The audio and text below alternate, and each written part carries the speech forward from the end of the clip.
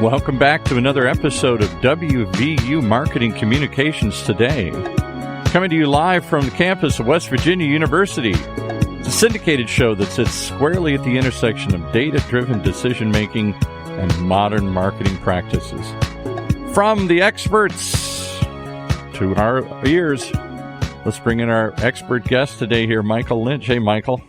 How you doing today? How's everything going? I'm doing good here. You guys really always fascinate me because I always thought marketing was sort of more art than science, and you're definitely bringing the science into the art of marketing here, and without losing that part of it, too. It's interesting how you keep blending the two together. How are you going to blend it today? Well, actually, we're going to switch things up a little bit today, and we're really going to get to the art part. We're going to talk about creative and agencies and how important agencies are to creating wonderful marketing programs. Okay. Well, I look forward. Who'd you bring along today? Today I brought along John Auge. How you doing, John? I'm doing great, Michael. How are you? I'm doing wonderfully. John, when I first started to talk to you, one of the things that really caught my attention is why somebody would want to get into the creative world. What really was your stimulation? What really kind of drove you to that area? Well, I think, Michael, it started when I was really young. Just a fascination with TV commercials, the whole jingle world, and in particular, I really loved the show Bewitched, and how, Darren Stevens was always he was working for an agency and always having to come up with ideas and pitch to the client. And of course, sometimes he got a little help from Samantha. But it was just that, what a cool thing, to sell ideas, to, make those pitches.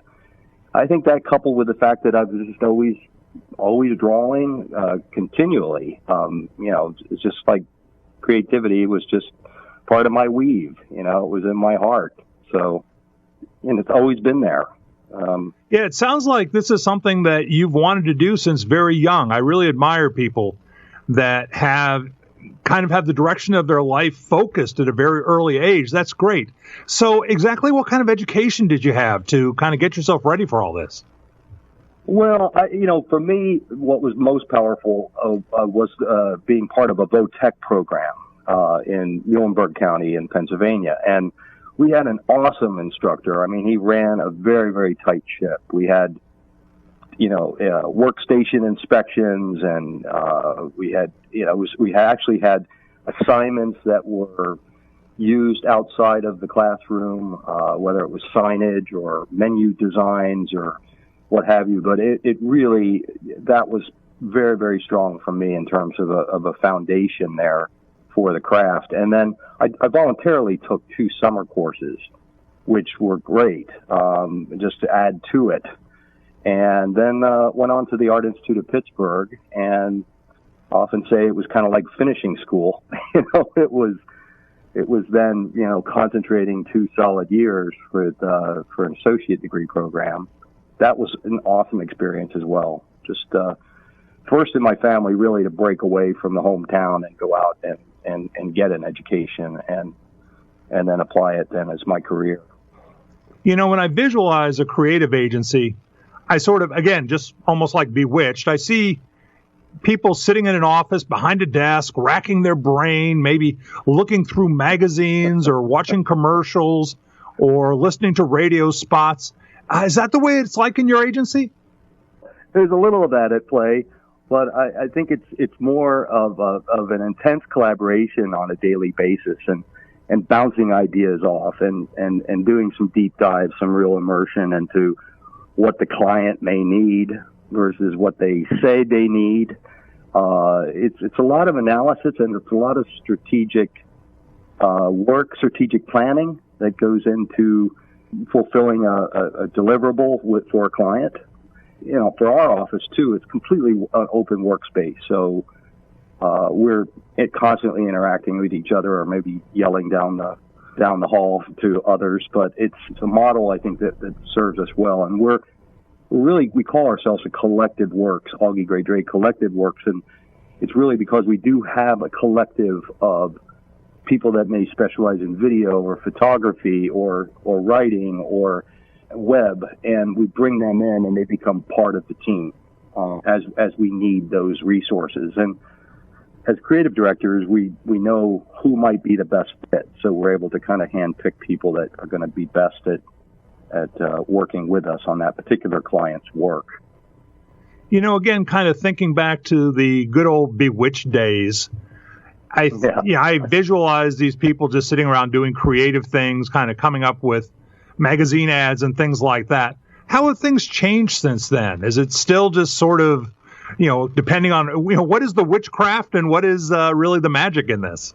I think what it is, it first starts with creative folks that understand the importance of coming up with a design or strategy that's going to fit the client's needs. It's not about really what we want per se, but it's what we are working together to deliver a product or a marketing plan, if you will, and making sure that that's hitting everything that's needed. And then we're also often involved in measuring the results of that. Clients are really looking for that. What is it doing? How is it moving the needle? So it's creativity meets strategy, and when those come together and work well, it's absolute magic. That's the wonderful, bewitching moment, if you will, when that all happens. Have you ever had a client that just demanded that you went in another direction than you felt comfortable with? And exactly what did you do in that situation? Well, I mean, we pretty much know instinctively, having been in the field for a while, that where they want to go may not be the best fit. So sometimes I think you just have to think, you have to find a way to kind of bring them to the center, back to center, and say, look at this. I'm not a real big proponent of bulldozing, like saying this is it and take it or we're out of here. So it's really, I think the art of the craft is creating a solid rationale so that they see where they may be better served with the end product, that help them kind of educate them. I mean, we all like to be educated as we're, whether we're buying something, we like to know where it came from. We like to know any kind of details about who made it.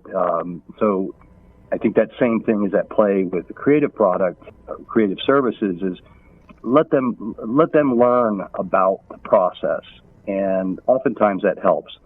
And then there are those times that you just have to say, it's not right. Part ways. That's happened very few times in my career, but you realize there's the chemistry and shared goals and shared engagement is just not going to be there. So that's, you pretty much have to call it what it is at that point. Yeah, I think I know as many marketing majors who ended up not going into marketing as I do other majors that ended up being in marketing. If you were going to give advice to a student today, what would you suggest? What path do you think they should best take to fit into the marketing world? What path? I would have to say that we're really doing some heavy lifting, hard work. This is a business that requires a lot of stamina. Whatever role they're playing in terms of marketing, whether on the creative or account side, they've got to realize that this is a pretty intense field. And a lot of people, I think, come into it thinking, it has sort of an allure to it. But it's one of my favorite book titles by Milton Glaser is "Art is Work." This is work, and it's be ready for that. I think you want to kind of fill your educational experiences with writing skills, with business, and so you have really gain a fuller understanding. And of course, last but not least is the digital. The whole digital environment, social media, has eclipsed a lot of traditional media. That's great. We're going to take a little break, and when we come back, John, I'd love you to talk about some of the projects you've taken on in the past. Sure. Great. Love it. And just a quick note to remind you that today's program is brought to you by West Virginia University's online data marketing communication program. First graduate program of its kind in the country, focusing on strategic thinking, critical problem solving, and informed decision making. The good folks at the Data Marketing Communications program prepare you for your career by learning the innovative tactics from award-winning faculty like those presented here today. And you can learn how to mesh the art with the science of marketing today. Learn more at dmc.wvu.edu, all of which stands for the Data Marketing Communications program at West Virginia University. All right, back to Michael and his guest, and I'd love to interject one question if I could here. What does your guest think about this continuing balancing act between art and science? Left brain, right brain, which is it, art or science? I would have to tell you that it is a wonderful balance of art and science in that the methodology and the availability of data today has strengthened that union between creativity and science, and they're joined at the hip. And it's a wonderful thing because, like I said, it can validate or quantify or qualify the approach, and it's essential. If you're not embracing that side of the agency deliverable, I mean, you ought to be, because I think it's imperative to blend the two. So, yeah, John, and I also would like you to touch briefly, if you could, on how the number of different marketing channels, the number of different media out there today that weren't around back in the 70s, how's that affected your work? Greatly, in terms of looking at case studies. Part of the entry point to a project is the immersion that you go through. Of course, Googling similar type businesses and marketing, other places you can go, Behance and other online places to see what's been done. But the amount of data that you can glean is right there. It helps you craft an approach. The toolkit that you have is so much greater than it's ever been.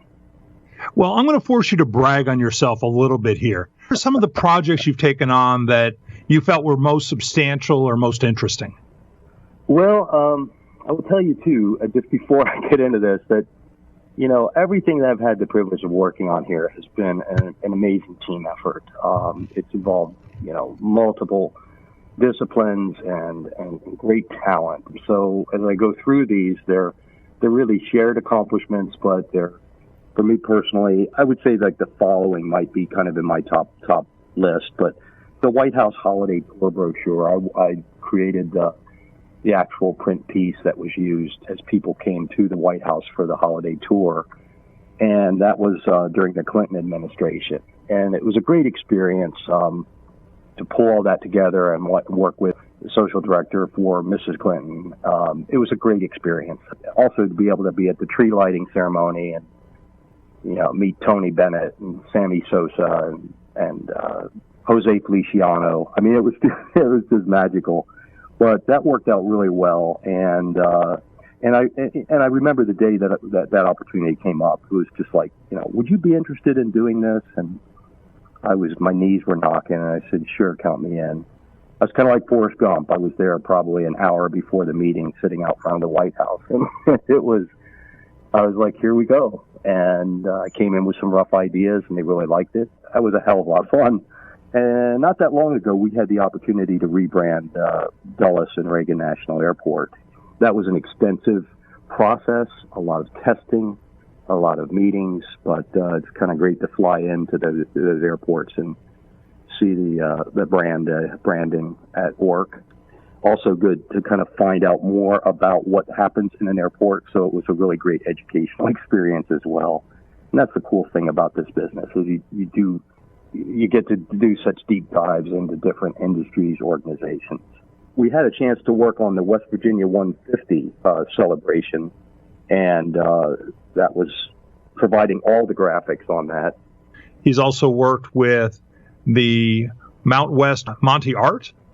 And what we're finding is that even though you might have a very strong internal marketing program, you still do need agency work, you still do need creative, and you still do need that third eye, so to speak, to try to be as creative, be as in touch with the outside world as you possibly can. I know that many organizations get caught up in their own business and very often lose touch with what's outside.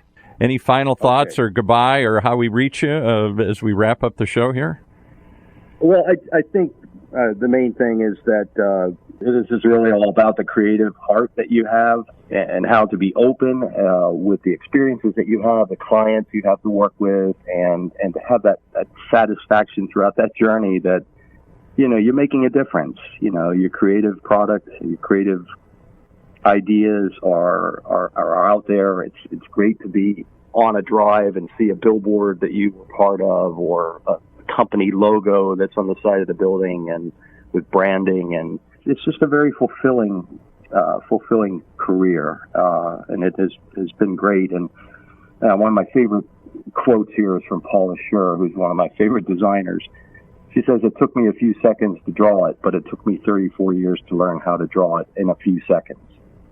And it's great to have that cumulative experience to be able to fine tune your creative thinking and apply that then to the client's needs. It's a great trip, and I've loved it.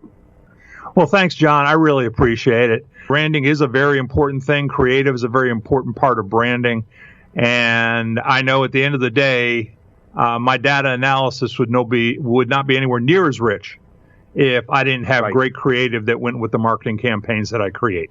So again, thank you very much, and thank you for joining us. It's my pleasure, and thank you. Take care.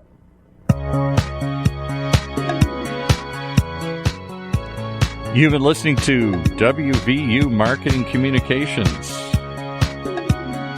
brought to you from the campus of West Virginia University, right here on the Funnel Radio Network for at-work listeners like you.